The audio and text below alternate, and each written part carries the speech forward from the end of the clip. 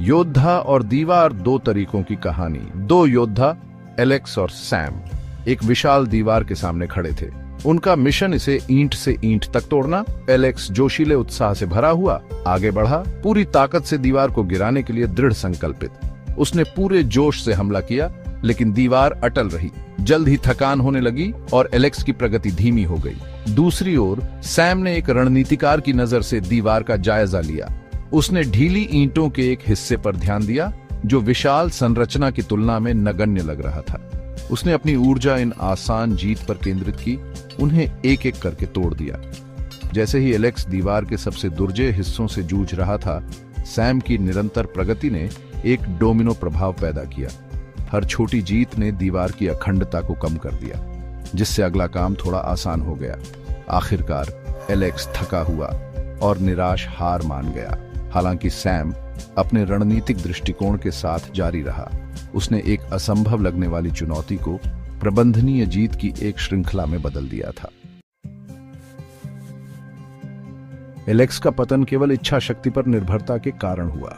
उसका मानना था कि पर्याप्त बल और दृढ़ संकल्प से वह किसी भी बाधा को पार कर सकता है, लेकिन इच्छा शक्ति एक मांसपेशी की तरह थक जाती है। युद्ध की कला में संत जू अपनी लड़ाई बुद्धिमानी से चुनने के महत्व पर जोर देते हैं। वह लिखते हैं, अपनी सभी लड़ाइयों में लड़ना और जीतना सर्वोच्च उत्कृष्टता नहीं है। सर्वोच्च उत्कृष्टता बिना लड़े दुश्मन के प्रतिरोध को तोड़ने में निहित है। जब हम नई आदतें बनाने या पुरानी आदतें तोड़ने के लिए पूरी तरह से इच्छा शक्ति पर निर्भर रहते हैं, तो हम अनिवार्य रूप से हर बार एक कठिन लड़ाई लड़ना चुन रहे होते हैं।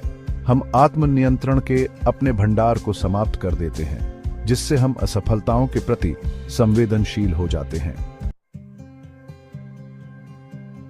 युद्ध के लिए बनाई गई संत जू की रणनीतियां आदत निर्माण में गहरी अंतर्दृष्टि प्रदान करती है।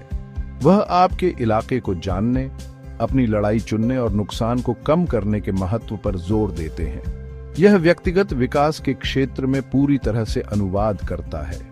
संत जू लिखते हैं, यदि आप दुश्मन को जानते हैं और खुद को जानते हैं, तो आपको 100 लड़ाइयों के परिणाम से डरने की जरूरत नहीं है।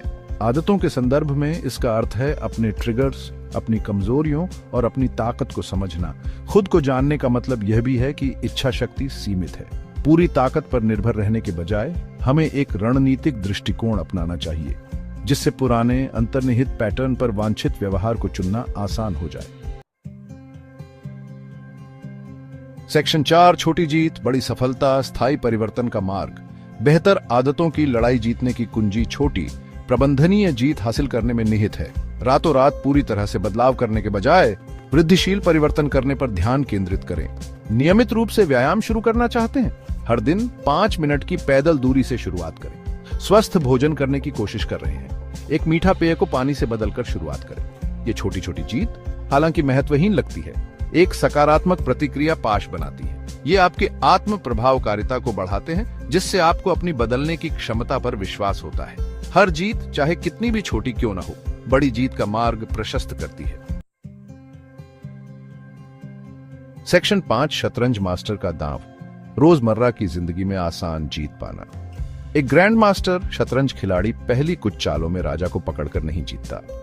वे एक स्थितिपरक लाभ प्राप्त करने पर ध्यान केंद्रित करते हैं। छोटी रणनीतिक चालें चलते हैं जो प्रतिद्वंद्वी के बचाव को कमजोर करती हैं। जीवन शतरंज के खेल की तरह उन लोगों को पुरस्कृत करता है जो आसान जीत को पहचानते हैं और उनका फायदा उठाते हैं।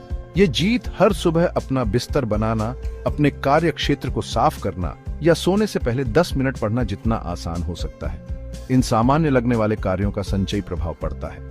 वे व्यवस्था और नियंत्रण की भावना पैदा करते हैं, जिससे जीवन में बड़ी चुनौतियों का सामना करना आसान हो जाता है।